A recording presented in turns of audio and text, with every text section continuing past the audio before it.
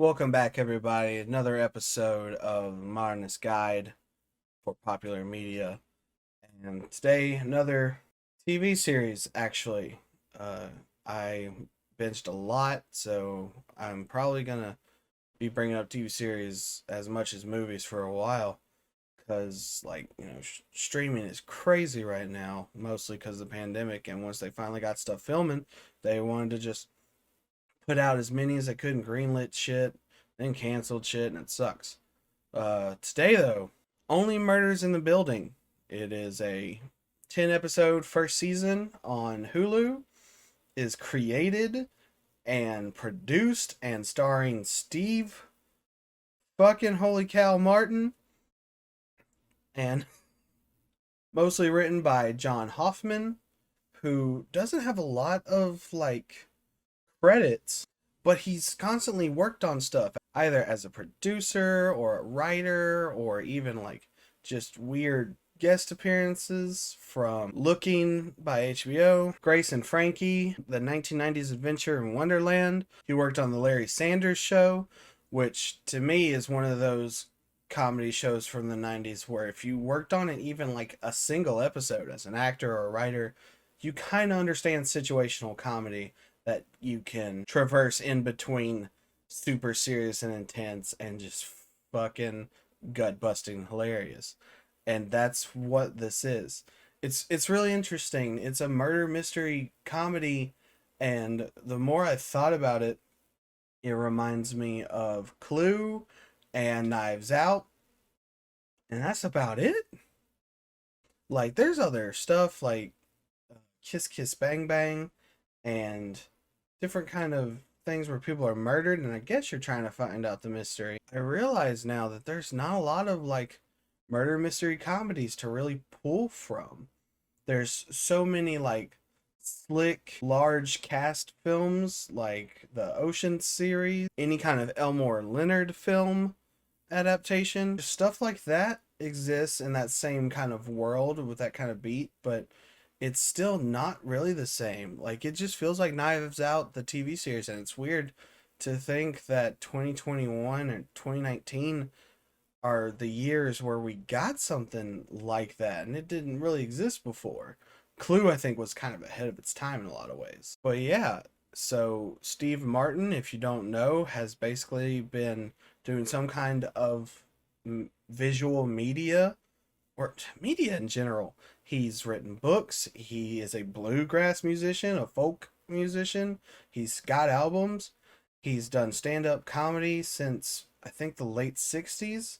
He was born at 45 in Waco, Texas, of all places. But he's always been around media, whether it's music or film or television or, again, writing.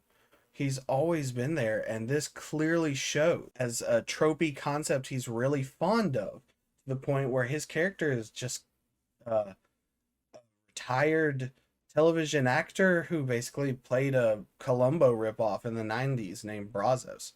That's just what it is, and it is very Columbo-esque. That, I think, is the closest uh, mystery solving TV series I could compare it to, besides maybe Psych or Castle as well. Martin Short, who also helped create and produce it, is on here, and he is as batshit as he always is, but I guess he's controlled batshit. Selena Gomez is actually a fantastic, snarky straight woman. The straight man or straight woman in a comedy skit is the person who doesn't sell the joke or lets everyone else be the wacky, goofy, dumb shits, and they're just kind of deadpan stare at them and just go, "Look at you. Look at what you're wearing. Why?" And that is supposed to progress and fortify the comedic situation even more. And ultimately, this is what it is. It's an absurdist situation comedy about someone getting murdered in their super fancy rich people New York building. They meet by the alarms going off, and they all go to the cafe across the street, and it turns out they all listen to the same murder podcast, which is a great way to both have a commentary on our current consumer culture and how that affects people of different ages. There's a lot of I'm gonna say ageist jokes because I don't know if ageism is really a thing, but there's some really good millennial joke humor where like Martin Short wants to call Selena Gomez's character Mabel, and he stops for a minute and he discusses with Stephen Martin, and he goes, "They don't really like voice to voice contact," or something like that, or it's like they don't like face to face conversation or something about calling him. So he texts her instead, and it's hilarious. Then Mabel does the same thing with him about just being these ancient fuddy duddy weirdos who need to like get into the real world because they've been too rich and too old for too long. And she's actually just living in the building because her rich aunt is somewhere else, and so she's staying in her aunt's apartment. So she is really jaded and has a lot of dark connected history to the person who is murdered and then the prime suspect of that murder and another one. And this is just television filmmaking at its finest. Everyone involved really knows what they're doing. 4 out of the 6 episodes is directed by Jamie Babbitt, who actually has kind of a pedigree for situational comedy television directing. She has done Malcolm in the Middle, Gilmore Girls, United States of Terra, Looking, Nip Tuck, The L Word, Silicon Valley, and The Marvelous Miss Maisel. She's like the perfect person to like direct this kind of wacky shit. And you should really just look at all the other directors and writers as well. John Hoffman writes, I think, 4 of them. Episode 7, The Boy from 6B, was literally created to gun for a fucking Emmy. And you see this all the time where there's one episode that plays with the narrative structure or the storytelling themes and stylings of conventional television. The one everyone likes to bring up is Hush from Buffy the Vampire Slayer, where almost no words are spoken at all. They're silent.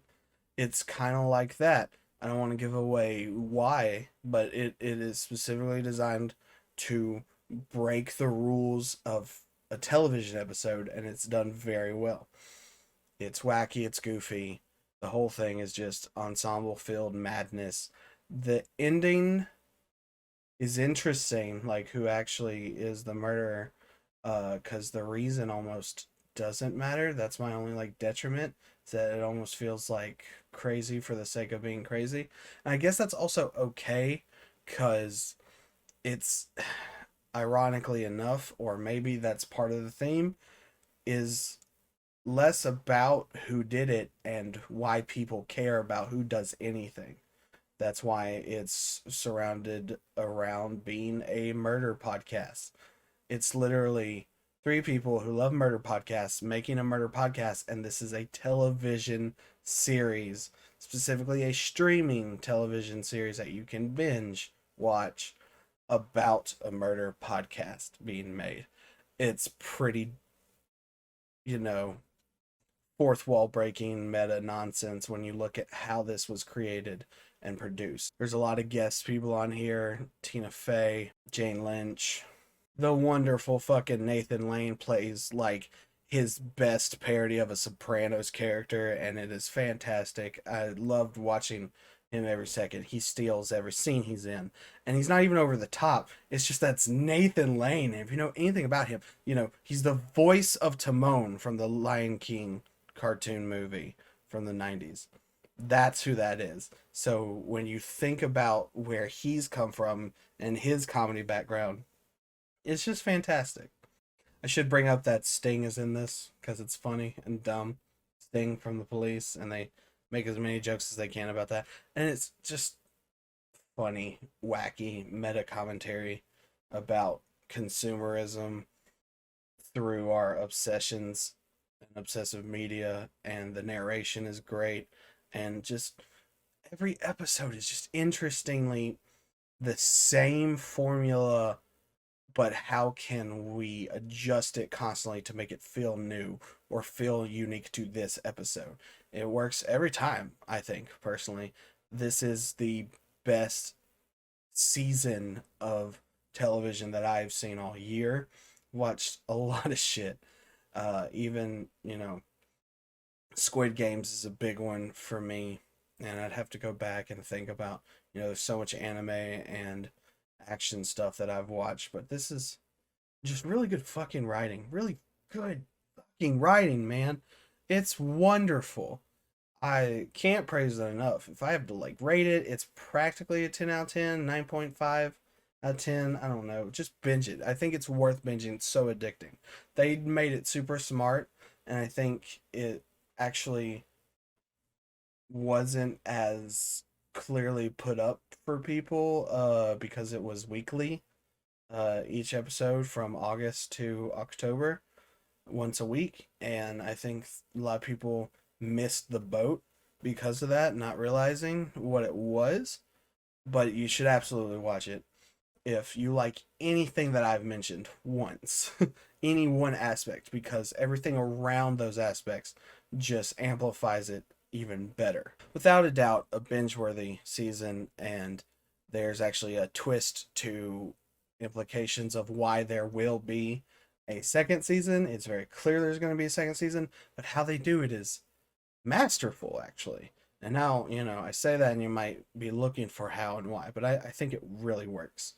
Everyone does a great job, and I love it. This is a masterclass in understanding tropes and convention and utilizing them to their full potential in every conceivable way.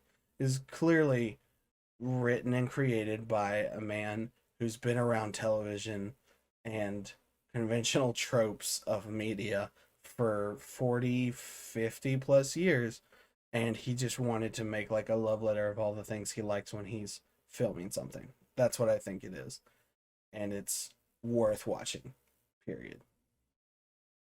And that's it. And like and subscribe. Hopefully, if you haven't seen it, I have enticed you enough to watch it as soon as possible, because that's really what this is for. It is just, it's what writing something to be enjoyed should be. Have a good night.